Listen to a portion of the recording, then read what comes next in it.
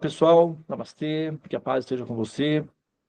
Muito bem, nós vamos dar sequência aqui, né, no trabalho que nós estamos fazendo de a consideração acerca, né, dos processos que justamente não estão lidando com o problema do mal aí. E nós chegamos a um ponto, ok, em que nós estamos elaborando o contexto do gene egoísta, a proposta do gene egoísta, ok?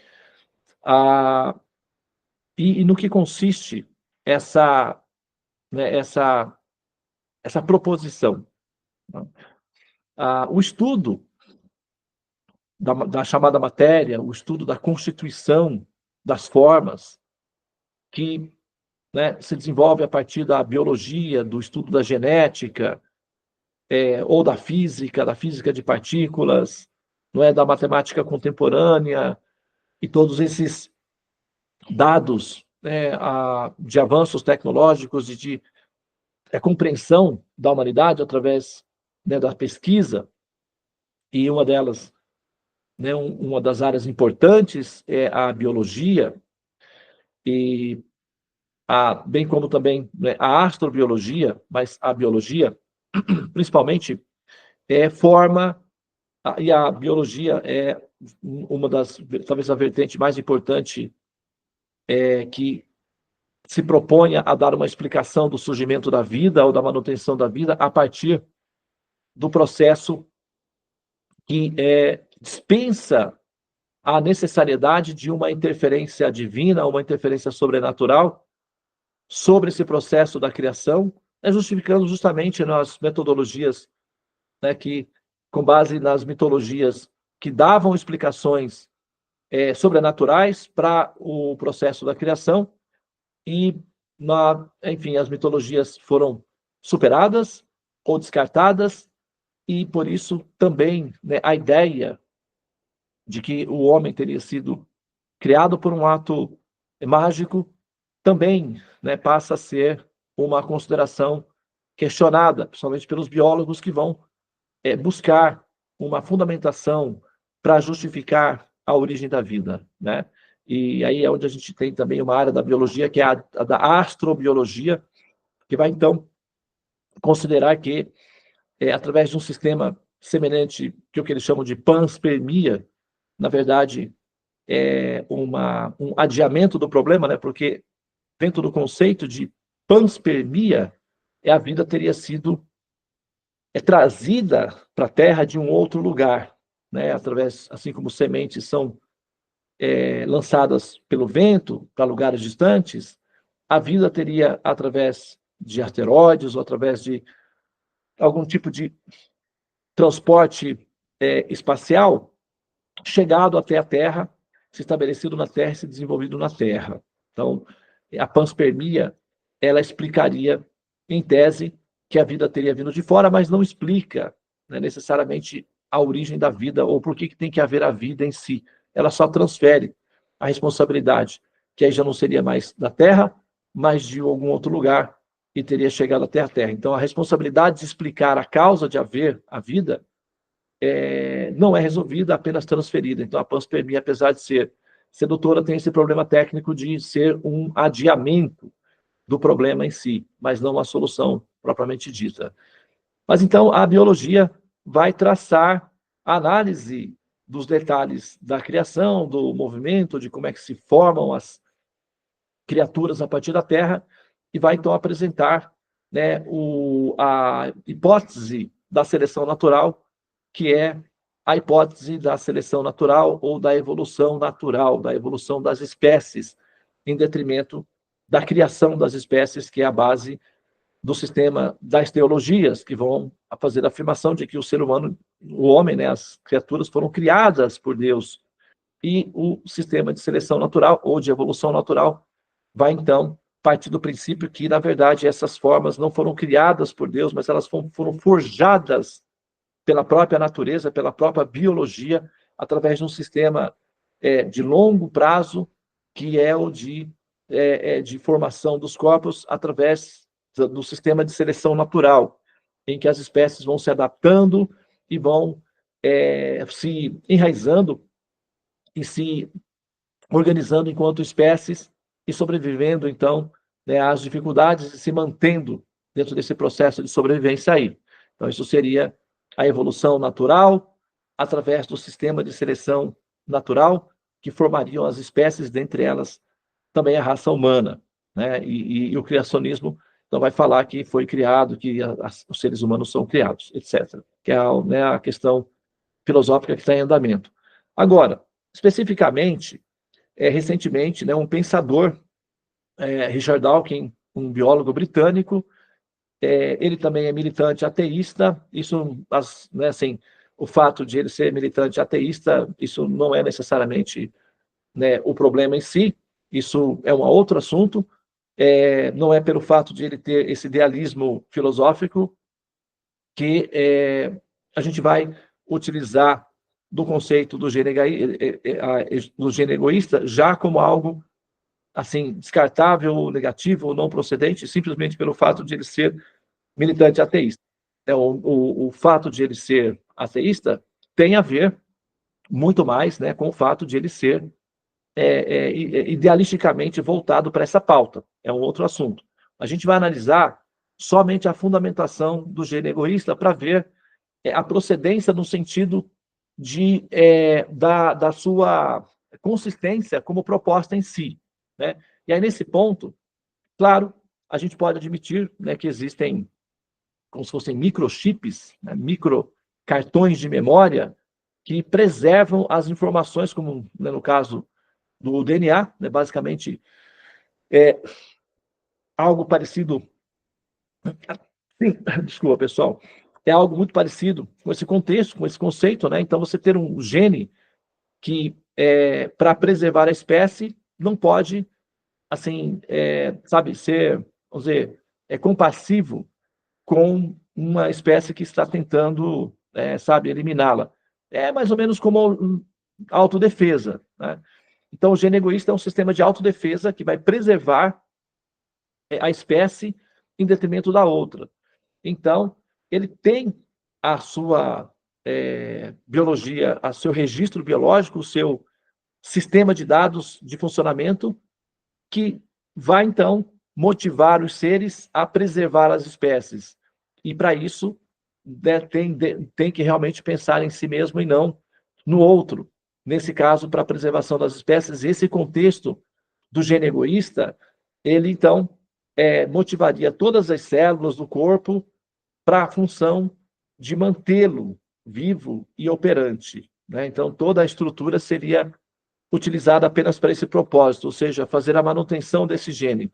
E o corpo, com toda a sua estrutura de células, de órgãos, teria essa função da preservação dessa memória ancestral ou desse gene egoísta. Então, essa é a proposta, né, da ideia do gene egoísta, que todas as formas de vidas, elas são motivadas por esses genes e a função desses genes teria como objetivo um apenas, que seria o de autopreservação.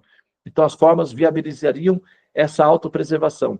E, no final das contas, tudo teria uma função de preservar esse gene egoísta fundamentalmente. Então, basicamente, essa é a proposta sugerida pelo professor Dawkins, através dos estudos dele, de que o gene egoísta teria essa função. Isso não seria um problema, não é?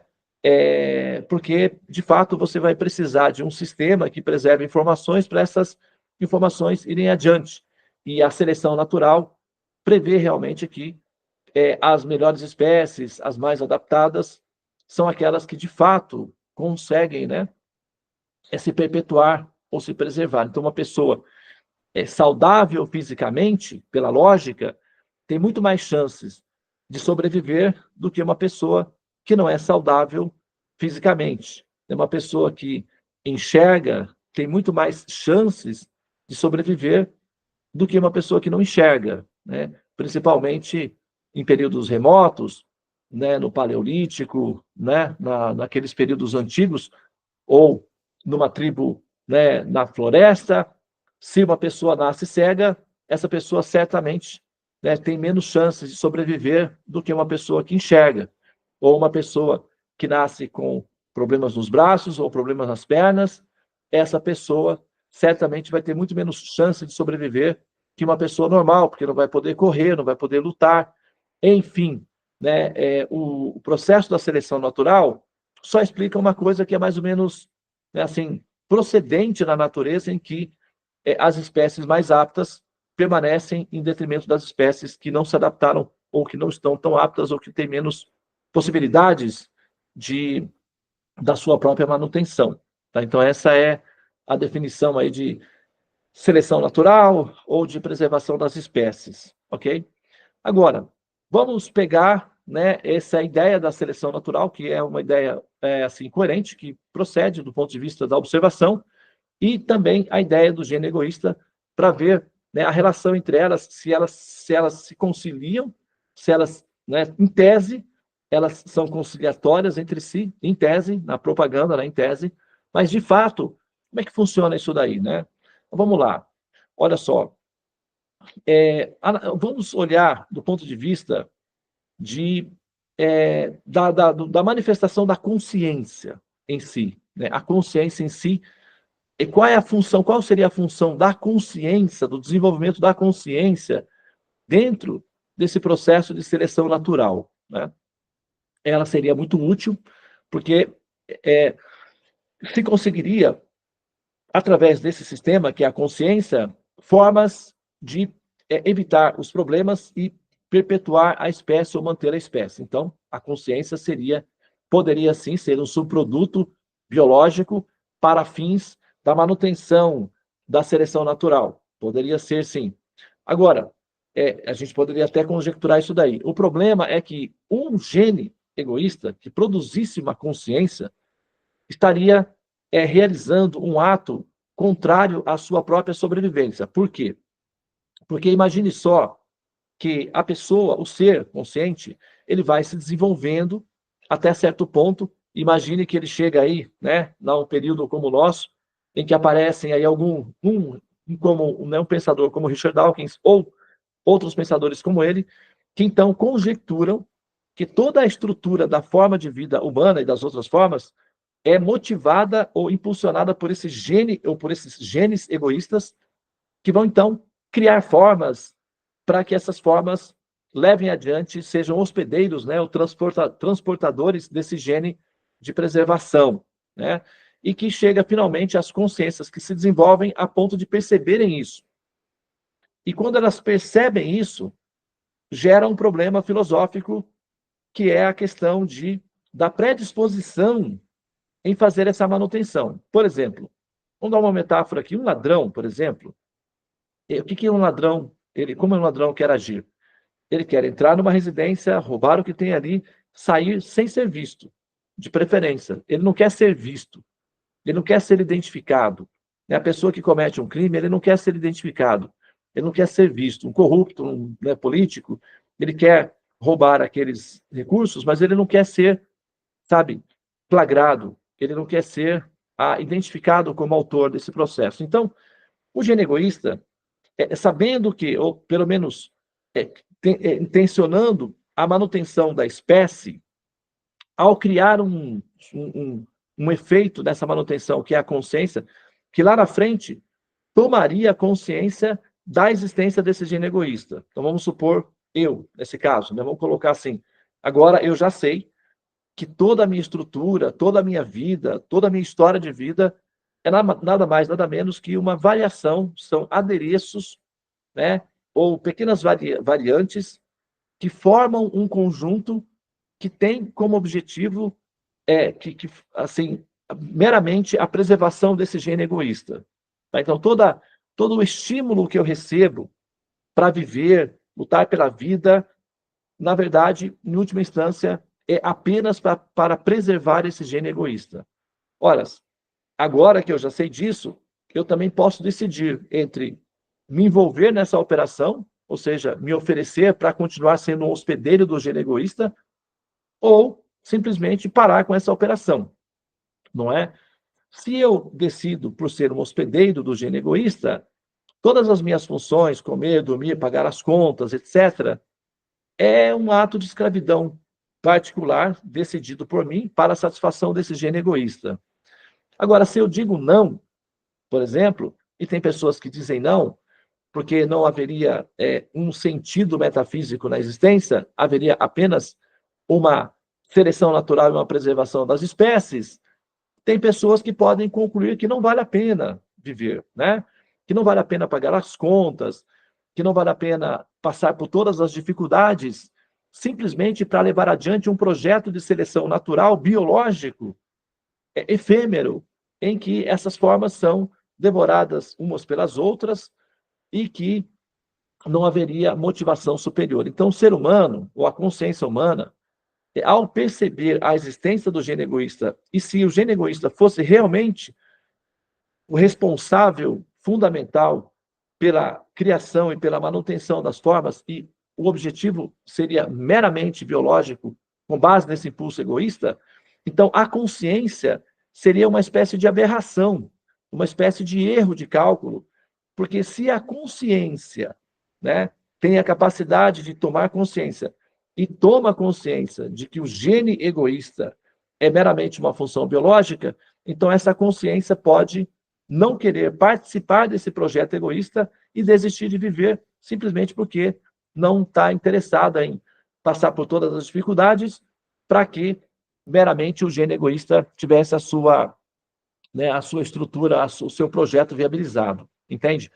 E aí, nesse caso, ela poderia destruir o corpo ou, enfim, simplesmente se destruir enquanto consciência. E vamos imaginar, isso é utópico, evidentemente, né, que isso não aconteceria jamais, mas vamos imaginar que os 8 bilhões de pessoas do planeta Terra entendessem sobre, né, o fundamento do gene egoísta e as 8 bilhões de pessoas decidissem que não é procedente, não é coerente, assim, manter todas as dificuldades, as expectativas de vida, que inclusive tem um prazo de validade, né? Além de ter tantas dificuldades, ainda tem um término, uma finalização dela.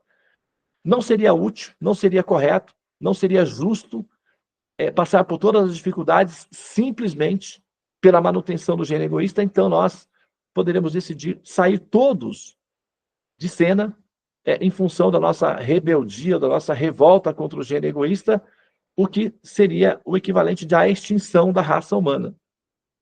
E se a ideia, se o impulso de preservação do gene egoísta parte do princípio da manutenção dele mesmo, então a extinção da espécie também seria a inviabilização desse projeto de manutenção, o que seria contraditório, porque o princípio da seleção natural vai partir do princípio de preservação da espécie, né, de manutenção para a preservação da espécie. E a consciência seria, então, um elemento que poderia sabotar todo esse projeto, se autoeliminando por não aderir a esse princípio egoísta da manutenção do gene, meramente com relação a todas as dificuldades que nós temos pela vida, né, para a manutenção da vida. Então, nesse caso, o gene egoísta ele seria uma contradição, porque ele não está de acordo com a preservação da espécie, sim, ele poderia levar a espécie à extinção, do ponto de vista, pelo menos, conceitual, não é? E, nesse caso, mesmo que, assim, isso não fosse uma afetação, que a consciência não afetasse o conjunto do projeto do gene egoísta, porque não são todas as consciências que tomariam consciência desse fator, ainda que fosse apenas uma ou algumas consciências que tomassem consciência desse gene egoísta e desistissem de fazer do projeto, da manutenção do projeto do gene egoísta um estilo de vida, e desistissem de viver em função disso, esse simples ato também indicaria que a manifestação da consciência iria de encontro ao princípio da seleção natural, né? Da manutenção do gene egoísta. Logo, não é assim racionalmente admissível a sugestão do gene egoísta, porque justamente o gene egoísta, então, faria esse movimento contrário à preservação da espécie. Então, não é algo que a gente consiga pautar dentro tanto do processo do princípio de seleção natural, como do programa, né, de investimento na metafísica, porque em ambos os casos ele não é satisfatório. Embora nós possamos aceitar e um grupo de genes ou uma relação de entidades assim, de seres assim, possam, de fato, fazer a manutenção básica do corpo para a preservação da espécie, para a multiplicação das espécies através do impulso biológico do acasalamento, do ato sexual em si, não é muito coerente aplicar esse mesmo fenômeno para justificar a consciência, porque a consciência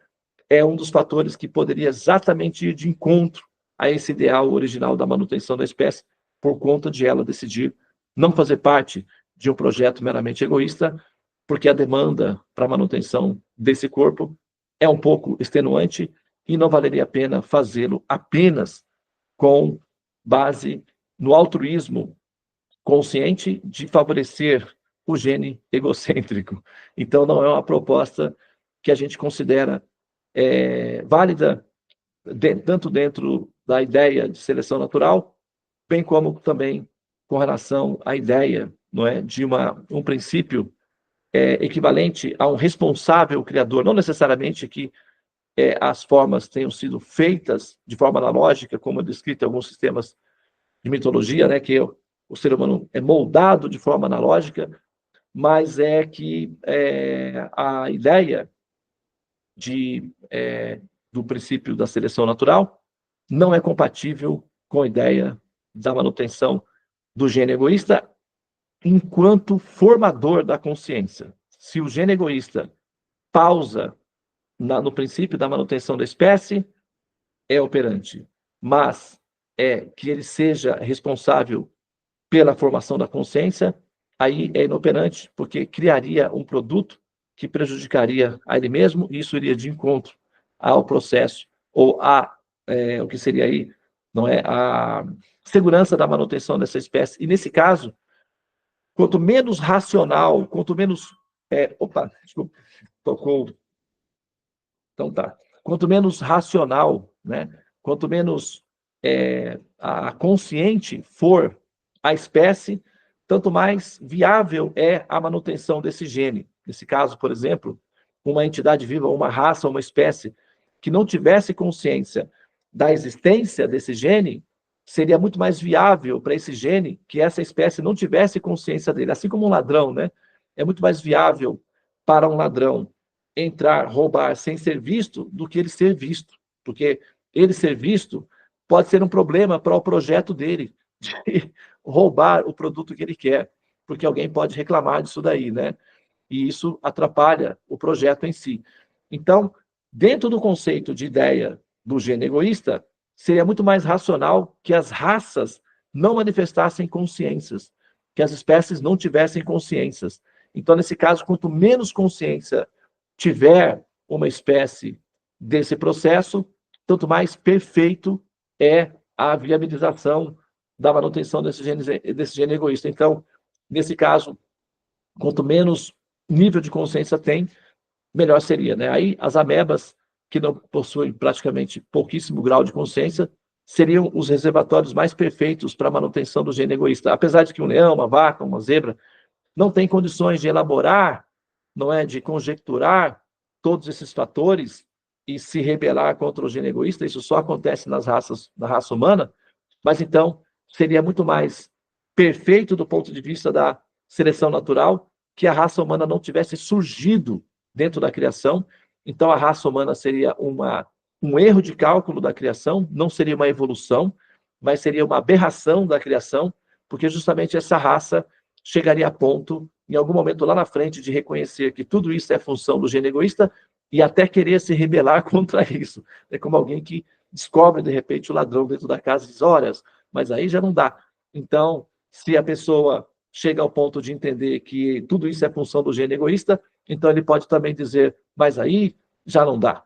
Então, e como é que seria? Né? Então, não é racional, tá? Do ponto de vista da observação, que o gene egoísta seja aceito como uma proposta consistente dentro da seleção natural, bem como também como formador da consciência, como eu havia dito aí, tá? Muito embora nós possamos aceitar a existência do gene, o conceito de gene egoísta, como sendo preservador das espécies, no sentido da preservação da raça em si, pelo ímpeto ou pelo estímulo da cópula ou do acasalamento, que é a transferência de genes de cargas genéticas. Então, aí sim, mas a partir daí já não, tá bem?